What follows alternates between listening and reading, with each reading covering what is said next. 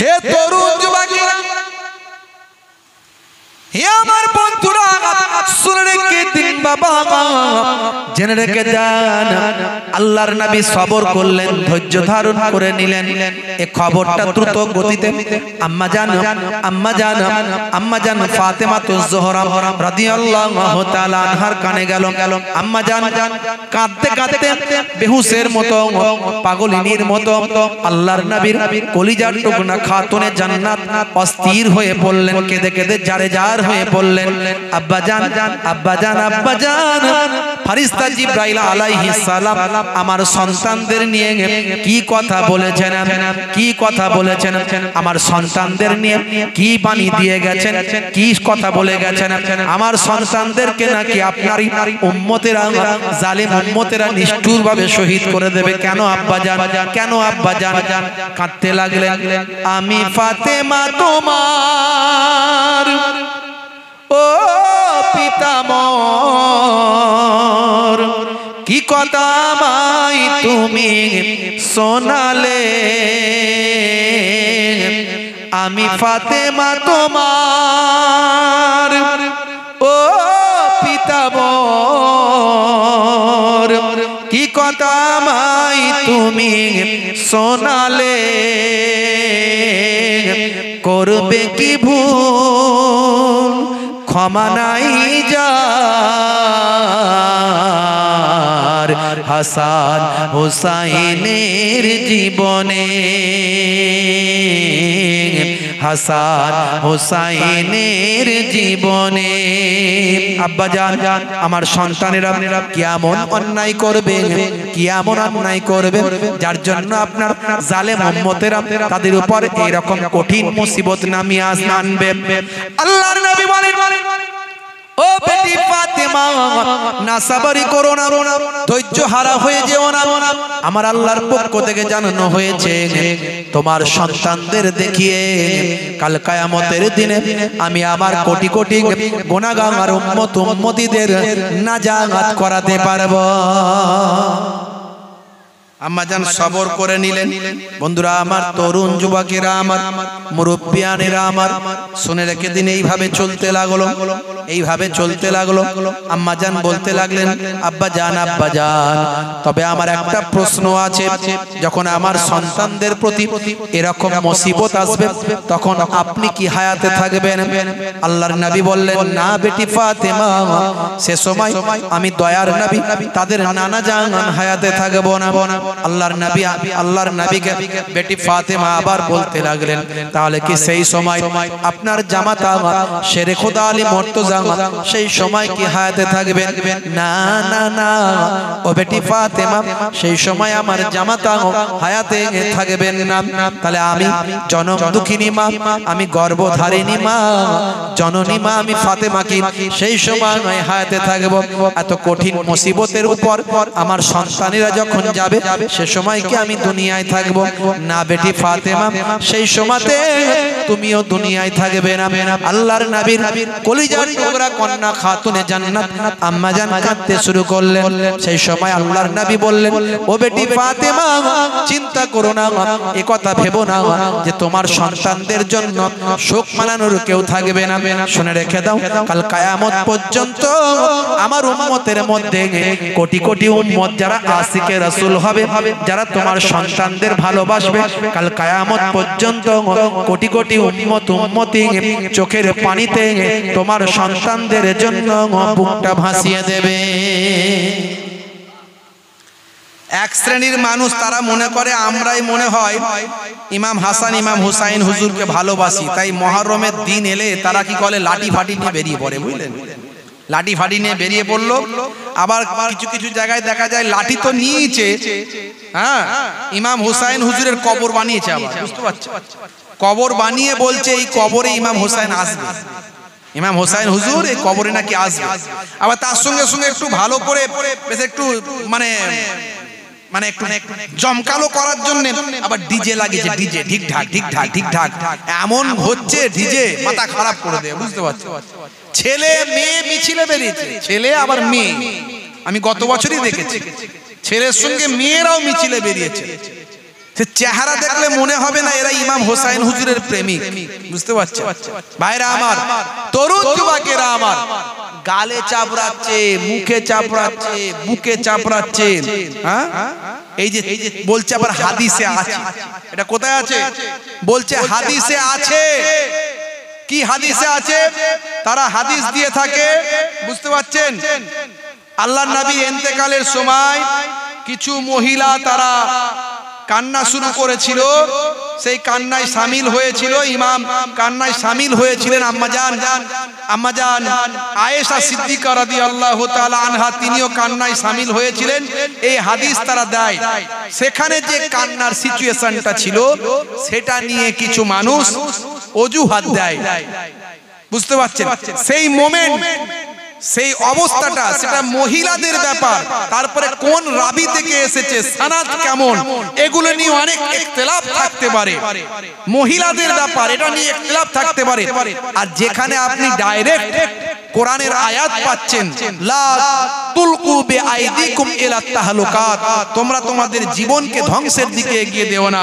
এই যে গায়ে ছুরি মারছে, রক্তাক্ত করছে, বাচ্চাদের চেহারা কাটছে, বাচ্চাদের মাথা কাটছে, বাচ্চাদের শরীরে আঘাত করছে, নিজেদের শরীর থেকে রক্ত ঝরাচ্ছে, এটা তো নিজের শরীরকে আঘাত করে ধ্বংসের দিকে এগিয়ে দেওয়া। এটা কোনো প্রেমের নিদর্শন হতে পারে না, এটা মহাব্বতের নিদর্শন হতে পারে না। আল্লাহর কোরআন যেখানে ডাইরেক্ট বলছে, লা তুলকু বিআইদিকুম ইলা তাহলুকাত, তোমরা তোমাদের জীবনকে ধ্বংসের দিকে এগিয়ে দিও না। একেবারে বুখারী শরীফের হাদিসের মধ্যে এসেছে, মুসলিম শরীফের হাদিসের মধ্যে এসেছে যে আল্লাহর নবী নিষেধ করেছেন কেউ মারা গেলে বুকে চাপড়ানো, মুখে চাপড়ানো, রক্তাক্ত করা, রক্ত ঝরানো, এইভাবে শোক প্রকাশ করা ইসলামে নিষেধ। দয়ার নবী নিষেধ করেছেন। একেবারে সহিহ হাদিস থেকে যেখানে প্রমাণ আছে সেখানে আর কোনো কথা হতে পারে না। কিন্তু এক শ্রেণীর মানুষ এগুলো করছে। এগুলো শোক পালনের মাধ্যম পদ্ধতি নয়। ইমাম হোসেন হুজুরকে ভালোবাসলে আপনি দুটো রোজা রাখুন, 9 তারিখ অথবা 10 তারিখ, এই 2 দিন রোজা রাখুন। একদিন রোজা রাখলে হাদিসের মধ্যে এসেছে পূর্বের 1 বছরের গুনাহ আল্লাহ মাফ করে দিয়ে থাকে। আপনি 2 দিন রোজা রাখুন, 9-10। আল্লাহর নবী দুটোর কথা বলেছেন, 9-10 রাখুন, না হলে 10-11 রাখুন। যারা আজকে রেখে দিয়েছিলেন আগামী কাল রাখুন, দুটো হয়ে গেল। আর যারা আজকে রাখতে পারেননি আগামী কাল রাখুন আর পরশু রাখুন, দুটো রাখুন। মানে এই রাতটা গিয়ে দিনটা আসছে, এই দুটো রোজা রাখুন। আপনি দান করুন। এই যে আমরা ভালোবাসি বলি, ইমাম হাসান ইমাম হোসেন হুজুরের আলোচনা করছি, তাদের মহাব্বতকে বাড়াচ্ছি, আহলে বায়াতের মহাব্বত প্রেমকে নিজেদের ভিতরে ঢুকাচ্ছি, তাদের জন্য আলোচনা শুনতে শুনতে চোখের পানি আমরা ঝরাচ্ছি, আমরা আমাদের হৃদয়কে বিগলিত করছি। এর নাম ভালোবাসা। বুঝতে পারছেন, নামাজ নাই, ইবাদত নাই, রোজা নাই, বুকে হাত দিয়ে মারা, পিঠে হাত দিয়ে মারা, রক্তাক্ত করা, শরীরকে কেটে ফেলা, ডিজে বের করা, অশ্লীল কথা বলা, এগুলো ইসলাম নয়। ইসলাম শান্তির কথা বলেছে, ভাতৃত্বের কথা বলেছে। হে তরুণ যুবকেরা, হে আমার মুরব্বিয়ানেরা, শুনে রেখে দিন বাবা, জেনে রেখে যান। হে মুসলমান, একটুখানি লক্ষ্য করুন বন্ধুরা আমার, তরুণ যুবকেরা আমার, খুব সংক্ষেপ করে বলবো, 11টা বেজে গেছে, এখন মেন জায়গায় পৌঁছাতে পারিনি। বুঝতে পারছেন, কষ্ট হচ্ছে আপনাদের। এখন তো বুঝতে পারছেন, এই ইমাম হাসান ইমাম হোসেন হুজুর, এখন এই তাদের সম্পর্কে ফারিস্তা কি বলেছেন সেটা বললাম। সংক্ষেপ করে বলি, লম্বা চওড়া নয়। হে তরুণ যুবকেরা, হে আমার মুরব্বিয়ানেরা, শুনে রেখে দিন বাবা, জেনে রেখে দিন বাবা। হে মুসলমান, একটুখানি লক্ষ্য করুন। ছোট্টবেলা থেকে হযরত ইমাম হাসান ইমাম হুসাইন রাদিয়াল্লাহু তাআলা আনহুমা হুজুররা কিন্তু রাসূলের দেখানো আদর্শকে মাথায় নিয়ে তারা চলতে লাগলেন। আখিরি জামানার পয়গম্বরের দেখানো পথে তারা বড় হতে লাগলেন। রাসূলের মহব্বত, প্রেম, ভালোবাসা, আদর্শ নিয়ে তারা বেড়ে উঠতে লাগলেন। হে তরুণ যুবকেরা, হে আমার মুরব্বিয়ানেরা, দেখতে দেখতে অনেকগুলো বছর কেটে গেল। আল্লাহর নবী বিদায় নিলেন। মা হযরতে আম্মা জান ফাতেমাতুজ জহরা রাদিয়াল্লাহু তাআলা আনহা বিদায় নিলেন। হে তরুণ যুবকেরা, খেলাফতের যুগ এলো, খেলাফতের সময় এলো। প্রথম খলিফা হয়েছিলেন হযরতে আবু বকর সিদ্দিক রাদিয়াল্লাহু তাআলা আনহু। তিনি 2 বছর কয়েক মাস খেলাফতি করেছিলেন। তারপরে দেখতে পাওয়া যায়, হে তরুণ যুবকেরা, হে আমার মুরব্বিয়ানেরা, হযরতে ওমর ফারুক রাদিয়াল্লাহু তাআলা আনহু তিনি 10 বছর খেলাফতি করেছিলেন। তারপরে দেখতে পাওয়া যায় হযরতে ওসমান জিন্নুরাইন তিনি কিছু কম বেশি 12 বছর খেলাফতি করেছিলেন। তারপর হযরতে আলী মুর্তজা কারামাল্লাহু ওয়াজহু তিনি কিছু কম বেশি 5 বছর খেলাফতি করেছিলেন। হযরতে আবু বকর সিদ্দিক রাদিয়াল্লাহু তাআলা আনহুর জামানাতে বাবা দায়ামার দামেস্ক শামে বায়ামার কিছু সৈন্য তিনি পাঠিয়েছিলেন। সেই সৈন্যদের ভিতরে একজনকে পাঠিয়েছিলেন, তিনি হলেন হযরতে আমিরে মাবিয়া রাদিয়াল্লাহু তাআলা আনহু। অনেকে আমিরে মাবিয়া হুজুরকে গালমন্দ করে জানেন, কারণ তার ছেলে ইয়াজিদ গালমন্দ করে। এটা আমাদের ইসলামের খেলাফ, আহলে সুন্নাহ ওয়াল জামাতের খেলাফ। কারণ আমিরে মাবিয়া হুজুর তিনি একজন সাহাবী ছিলেন, 1 নাম্বার। তিনি একজন কাতেবে ওহী ছিলেন, মানে ওহী লিখতেন। এই রকম ভাই আমার, শুধু তাই নয়, ইসলামের জন্য তিনি তার নিজের জীবনকে উৎসর্গ করেছেন, অনেক ঘাত প্রতিঘাত সহ্য করেছেন। সন্তান খারাপ হলে আপনি বাপকে দোষারোপ করতে পারেন না, এটা ইসলামের বিধান নয়। কারো সন্তান যদি খারাপ হয় আপনি তার বাপ পিতাকে দোষারোপ করতে পারেন না। হে তরুণ যুবকেরা, হে আমার বন্ধুরা, শুনে রেখে দিন বাবা, জেনে রেখে যান। দেখতে দেখতে দেখতে দেখতে ভাই আমার দোস্ত আমার দামেস্ক শাম ভাই আমার দামেস্কের অধিপতি হয়ে গেলেন হযরতে আমিরে মাবিয়া। তিনি গভর্নর হলেন। তখনকার গভর্নর মারা যাওয়ার পরে ভাই আমার ইন্তেকালের পরে তিনি গভর্নরের দায়িত্ব নিলেন। হযরতে ওসমান জিন্নুরাইনের জামানাতে হযরতে আমিরে মাবিয়া অনেক বড় ভাই আমার পুরো দামেস্কে পুরো শামের তিনি ভাই আমার অধিপতি হয়ে গেলেন, গভর্নর হয়ে গেলেন। হে তরুণ যুবকেরা, এদিকে 4 খলিফার যুগ পার হয়ে গেল। 4 খলিফার যুগ পার হওয়ার পরে হযরতে আমিরে মাবিয়া পুরো ইসলামী সাম্রাজ্যের তিনি খলিফা হয়ে গেলেন, ভাই আমার অধিপতি হয়ে গেলেন, গভর্নর হয়ে গেলেন।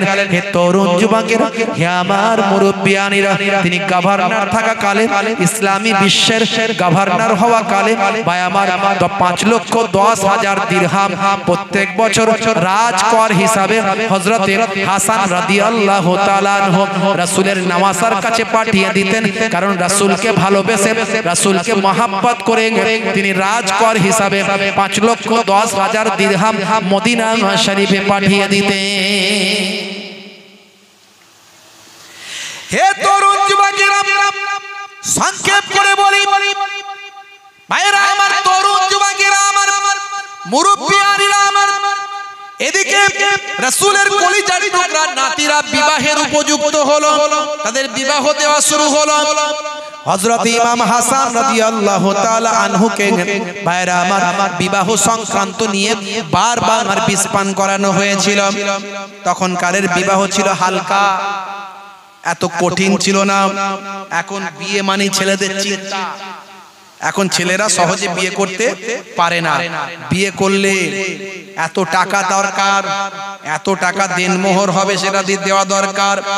এত ভাগে গাড়ি করতে হবে, কিনতে হবে, আগে বাড়ি করতে হবে, আগে ভালো কারবার করতে হবে, হ্যাঁ, আগে জায়গা কিনতে হবে, তবে বিয়ে হবে। না হলে ভালো জায়গায় ভালো ঘরে মেয়ের বাপ বিয়ে দেবে না।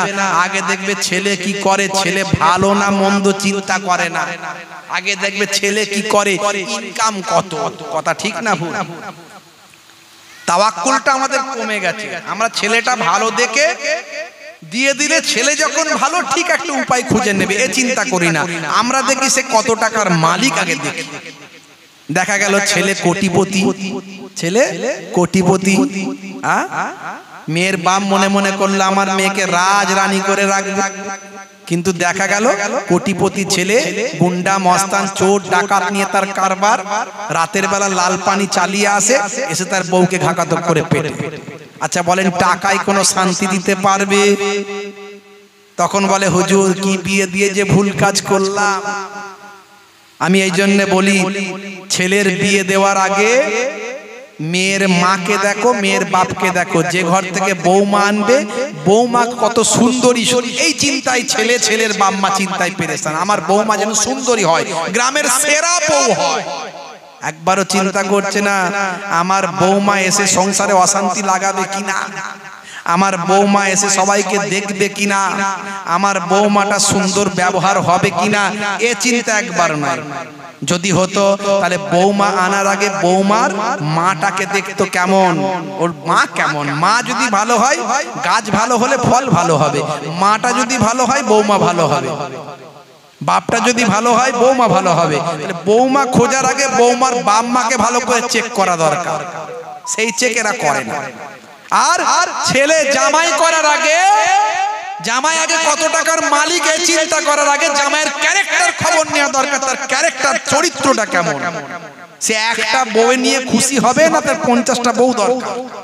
ক্লিয়ার কাট কথা ভাই, পরিষ্কার কথা। সে ভালো মানুষ না পাক্কা নেশাখোর মাতাল? হ্যাঁ, সে ভালো ভালো ব্যবহার না মুখ থেকে শুধু খিস্তি মারে? ভালো করে গিয়ে তার পাশাপাশি চায়ের দোকানগুলোতে সাধারণ লোক সেজে একটু গিয়ে, আচ্ছা লোকটা কেমন গো, ও বলে দেবে, 2-4 জন লোক বলে দেবে, ওরে বাপরে বাপ সামনে যাওয়া যাবে না। বুঝে যাবেন যে ওই বাপরে বাপ সামনে যাওয়া যাবে না বলছে, তাহলে আমার মেয়েকে যদি বিয়ে দিই মেরেই ফেলবে। সাবধান হয়ে গেল। তাহলে এ খবর আমরা রাখি না ভাইরা আমার। তখনকার বিয়ে ছিল সহজ সরল। আমার আল্লাহ বিবাহকে সহজ করতে বলেছেন, বিবাহকে সহজ করতে বলেছেন। এই জন্য বিবাহ যত সহজে করা যায়, যত ছোট করা যায় ততই ভালো। হ্যাঁ, আপনার আল্লাহ অবস্থা দিয়েছে, আপনি বলছেন আমি ছোট করেছি, ছোট করতে গিয়ে 10 জন লোককে খাইয়েছেন, কাউকে খাওয়ান না, দাওয়াত করেন না। আরে বিবাহের মধ্যে দিয়ে তো একটা আত্মীয়তার বন্ধন তৈরি হয়, মিনিমাম জিনিসগুলো তো করতে হবে, সেটাও করব না, এটা আবার খারাপ জিনিস। অতিরঞ্জিত ইসলাম পছন্দ করে না। আর তোমার আছে, তুমি কোটি কোটি টাকার মালিক, ফকির সেজে ঘুরে বেড়াচ্ছ, যাতে ভিখারিও হাত পাততে লজ্জা পায়। मैं तू मुझसे बड़ा भिखारी है, मैं कैसे तू तेरे पास हाथ मांगूंगा बेटा। এও বিপদ, বুঝতে পারছেন? একজন লোক আমার পরিচিত আছে, কোটি কোটি টাকার মালিক, তার পেছনে জামা গুড়িয়ে গুড়িয়ে উপরে উঠে গেছে, আর সারা জীবন একটা সাইকেল চাপি ঘুরে বেড়ায়। ছেলেরা বড় বড় গাড়ি নিয়ে ঘুরে বেড়াচ্ছে, সে কোনদিন গাড়ি চাপতে তাকে দেখলাম না। বুঝতে পারছো ভাইরা আমার, তরুণ যুবকেরা আমার, আল্লাহ বলছেন বিবাহকে সহজ কর। হযরত আলী মুর্তজা কারামাল্লাহু ওয়াজহু যখন বিবাহ করেছিলেন, মা আম্মা জান ফাতেমাতুজ জোহরা রাদিয়াল্লাহু তাআলা আনহাকে রাসূল যখন বিবাহ পাত্রীকে পাত্রস্থ করবেন, হযরত আলী মুর্তজা কারামাল্লাহু ওয়াজহুর তখন কোনো কিছুই ছিল না, কেবল মাত্র যুদ্ধলব্ধ একটা ভাই আমার একটা বর্ম ছিল, বর্ম যুদ্ধের পোশাক ছিল। সেই পোশাকটাকে বিক্রি করে দিয়ে যেটুকু অর্থ পেয়েছিলেন, সেই অর্থ খরচ করে তিনি বিবাহের কাজ সম্পূর্ণ করেছিলেন। রাসূল নিজের কলিজার টুকরা কন্যাকে এই রকম একজন ভাই আমার অর্থহীন, যার কোনো পয়সা নাই, টাকা পয়সা নাই, এই রকম একজন মানুষ, কেবল হযরতে আলীকে আল্লাহর নবী বুঝেছিলেন এই মানুষটা, এই ছেলেটি হলো সোনাই সোহাগা, একই আমার জামাই করতে হবে। দেখেছিলেন রাসূল কি শিখিয়েছেন? ঘন্টার পর ঘন্টা, রাতের পর রাত, দিনের পর দিন আলোচনা চলতে থাকবে, আলোচনা বন্ধ হবে না বাবা। নবীদের কাহিনীগুলো যদি বলা হয়, রাসূলদের ঘটনাগুলো যদি বলা হয়, ভাই আমার, দোস্ত আমার, শুনে রেখে দেন মুরব্বিয়ানিরা, এই নবীদের রাসূলদের হিকায়াতগুলো যদি আলোচনা করা হয়, বেশি বিস্তারিত আলোচনা করব না, সংক্ষেপ করে একটু আমাদের শিক্ষামূলক আলোচনার প্রয়োজন আছে না নাই? শিক্ষামূলক একটু আলোচনা। যদি ডিটেলস বলতে চাই, যেটাই বলি না কেন 3-4 ঘন্টা 5 ঘন্টা শেষ করা যাবে, কিন্তু হাতে তো 1-1.5 ঘন্টা সময়, তার মাঝখানে আমাকে বলতেও হবে, আর কিছু শিক্ষা যার মধ্যে আছে এমন কথাও বলতে হবে। ভাইরা আমার, তরুণ যুবকেরা আমার, হে আমার মুরব্বিয়ানিরা, শুনে রেখে দিন বাবা, জেনে রেখে দেন হে মুসলমান, আমি আপনাদের মাঝখানে একটু কারবালার ঘটনাটা ছোট্ট করে বলবো, লম্বা চওড়া করে নয়, সংক্ষেপে বলবো বাবা আমার। ভাইরা আমার, কেন আপনি বলবেন অনেক ঘটনা তো আশুরার দিনে ঘটেছে, আপনি কারবালার কথাটা কেন বলবেন? অনেকের মনে হতে পারে। বন্ধুরা আমার, তরুণ যুবকেরা আমার, ভাই আমার, অনেক যে ঘটনাগুলো ঘটেছে সেই ঘটনাগুলো সারা বছর ধরে আলোচনা করা হয়, কিন্তু কারবালার ঘটনাটা সারা বছর এত মানুষ আলোচনা করেন না। ভাই আমার, মুহররম মাস এলে, মুহররম মাস এলে, এই 10ই মুহররম যদি আসে, আশুরার দিনটা যখন আসে, তখন মানুষের হৃদয়টা বিগলিত হয়ে যায় নবীর নওয়াসাদের জন্য। আজকে মুসলমান, আমরা মুসলমান বলে দাবি করতে পারি আমার আপনার নবীর জন্য। আজকে আমরা দাড়ি রেখেছি, জুব্বা পরেছি, টুপি মাথায় দিয়েছি, আমাদের নামটা সলিমউদ্দিন কলিমউদ্দিন রেখেছি। আজকে আমরা নামাজ পেয়েছি, কোরআন পেয়েছি, কার জন্য? তিনি আর অন্য কেউ নন, তিনি হলেন আপনার আমার দয়ার নবী। কথা ঠিক না ভুল বলেন?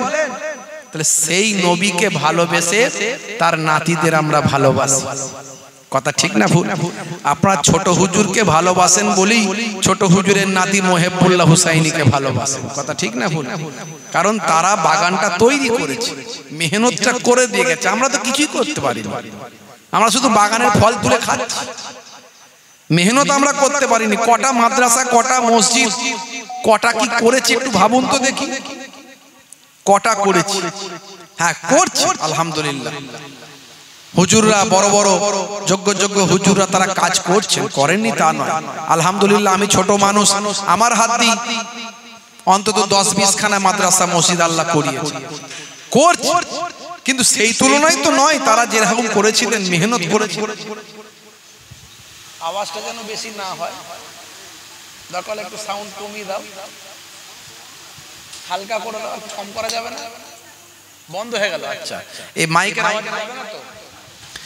দরুদ শরীফ, আল্লাহুম্মা সাল্লি আলা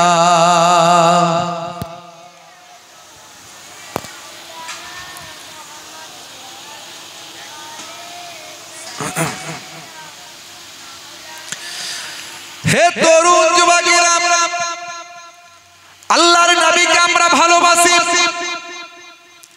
দয়ার নবীকে আমরা ভালোবাসি। দয়ার নবী হলো আমাদের ঈমান, ভালো করে বুঝবেন। দয়ার নবীর প্রতি যদি ভালোবাসায় সামান্য ত্রুটি হয়, যারা নবীর ভালোবাসা সম্পর্কে ত্রুটি ঘটে বলে, যারা নবী আমাদের মতো মানুষ, এখানে ভালোবাসায় ত্রুটি হলো না, হলো না, নবীকে ছোট করা হলো না, হলো না। নবী, দয়ার নবী যদি না আসতেন কিছুই হতো না বাবা। যার জন্য আপনি কোরআন পেয়েছেন, যার জন্য নামাজ পেয়েছেন, সেই নবীকে বলছেন আমাদের মতো মানুষ, ভালোবাসায় ত্রুটি কমজোরি হলো না, হলো না। হে তরুণ যুবকেরা, হে আমার বন্ধুরা, আল্লাহর নবী বলেন, লা ইউমিনু আহাদুকুম হাত্তা আকুনা আহাব্বা ইলাইহি মিন ওয়ালিদিহি ওয়া ওয়ালাদিহি ওয়ান নাসি আজমাইন। যতক্ষণ পর্যন্ত, হে দুনিয়ার মানুষ শুনে রেখে দাও, তোমরা তোমাদের বিবি বাচ্চা, তোমরা তোমাদের মালমাতা, তোমরা তোমাদের সন্তান সন্ততি, তোমরা তোমাদের কাজ কারবার সব কিছুর থেকে আমি দয়ার নবীকে বেশি না ভালোবাসতে পারো, ততক্ষণ তোমরা মুমিন হতে পারলে না। মুমিন যদি হতে না পারো, কিসের মুসলমান বলে দাবি করো? কথা ঠিক না বল? আগে রোল নাম্বার, আমি সব জায়গায় বলি, রোল নাম্বার আগে লিখতে হবে, তারপর খাতায় লেখো, মাস্টার খাতা দেখবে, পাস করতে পারবে। খাতায় অনেক লিখেছে, রোল নাম্বার ফাঁকা, ও লেখা কোনো বেকার, কোনো খাতা কাজ হবে না, মাস্টার দেখবে, খাতা দেখবে না। তাহলে ঈমান আগে। আমি ঈমানের ওয়াজ অনেক করেছি, ইন্টারনেটে গেলেই পাবেন আপনারা, ইন্টারনেটে গেলে পাবেন। 25-30 হাজার ওয়াজ আছে, কিছু কম বেশি, 25-30 হাজার, 1-2 হাজার। বন্ধুরা আমার, তরুণ যুবকেরা আমার, তাহলে সেই নবীকে সবচেয়ে বেশি ভালোবাসতে হবে, সেই রাসূলকে সবচেয়ে বেশি ভালোবাসতে হবে। সেই নবী হলো আমাদের ঈমান। আমরা কালেমাতে তাই পড়ি লা ইলাহা ইল্লাল্লাহু মুহাম্মাদুর রাসূলুল্লাহ। কি বলতে হয়? নবী পাকের নাম শুনলে কি বলতে হয়? সাল্লাল্লাহু আলাইহি ওয়াসাল্লাম। দরুদ পড়তে হবে, দরুদ পড়তে হবে, না হলে কঠিন গুনাহগার হবে, ধ্বংসপ্রাপ্ত হতে হবে। যখনই কানে নবী পাকের নাম আসবে মনে মনে আস্তে আস্তে সাল্লাল্লাহু আলাইহি ওয়াসাল্লাম বলবে। বন্ধুরা আমার, তরুণ যুবকেরা আমার, সেই নবীকে সবচেয়ে বেশি ভালোবাসা আমাদের ঈমান। সেই নবী আমাদের জন্য কত কষ্ট করেছেন, কত মেহনত করেছেন, কত আমাদের জন্য ত্যাগ স্বীকার করেছেন। বাবা, হে তরুণ যুবকেরা, দয়ার নবীকে আমার আল্লাহ বলেছিলেন, হে আমার বন্ধু, হে আমার পয়গম্বর, আপনি যদি রাজি থাকেন, খুশি থাকেন, আপনাকে খুশি করার জন্য মক্কার পাহাড় পর্বতগুলোকে আমি আল্লাহ সোনা আর রূপা বানিয়ে দেব। এত কষ্ট করতে হবে না, অনাহারে থাকতে হবে না, পর্দাহারে থাকতে হবে না, ক্ষুধার্ত থাকতে হবে না, পেটে পাথর বাঁধতে হবে না, অনাহারে দিন কাটাতে হবে না। আপনি যদি রাজি থাকেন, খুশি থাকেন, আমি আপনাকে মক্কার পাহাড় পর্বতগুলো সোনা রূপা বানিয়ে দেব।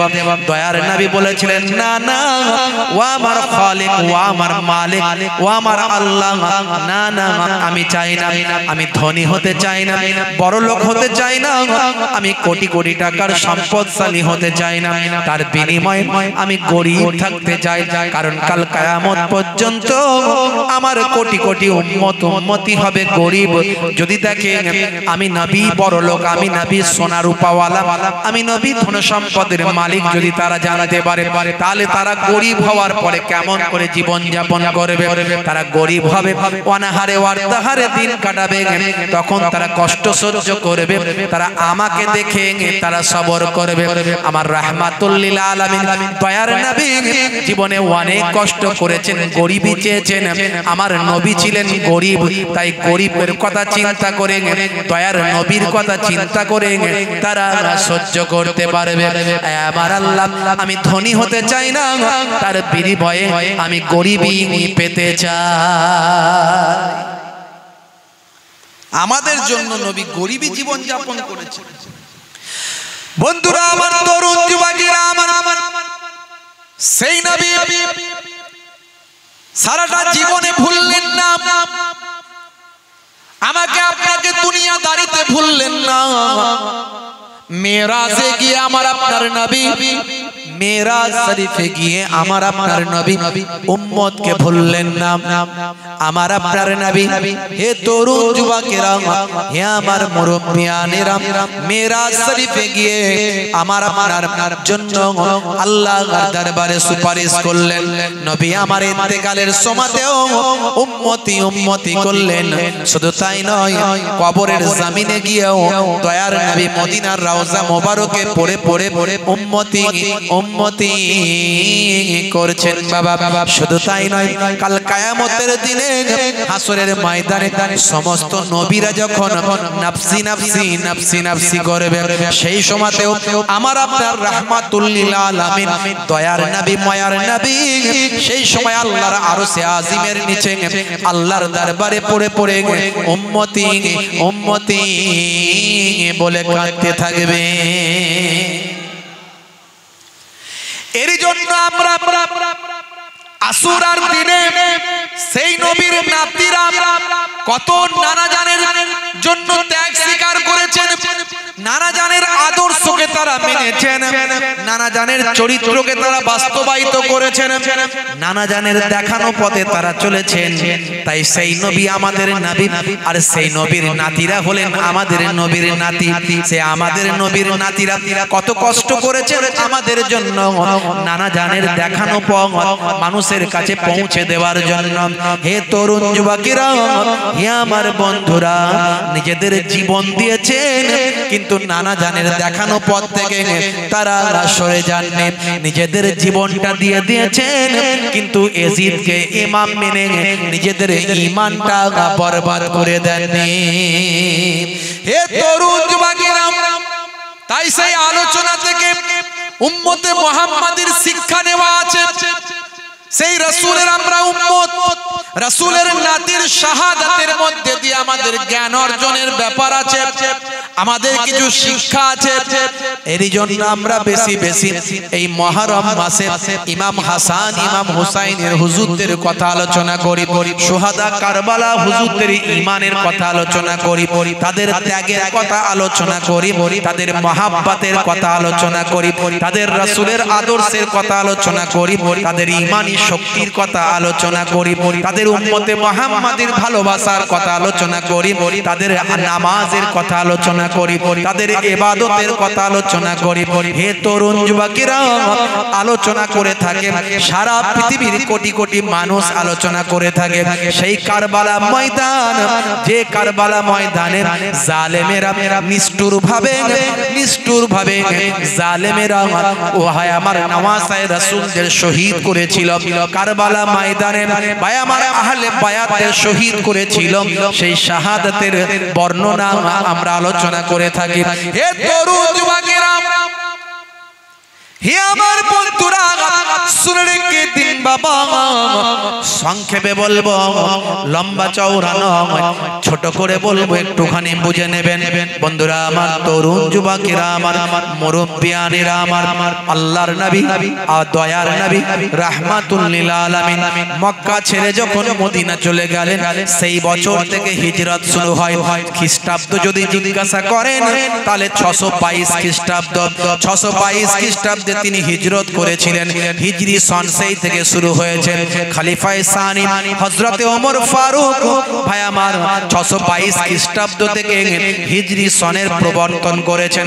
হে তরুণ যুবকেরা, আমি কাটা কাটা করে বলবো, কিন্তু সংক্ষেপে একটু বুঝে নেবেন আপনারা বন্ধুরা আমার, তরুণ যুবকেরা আমার, এই হিজরতের পরে তৃতীয় হিজরিতে যে মা ফাতেমা এবং হযরত আলী মুর্তজা কারামাল্লাহু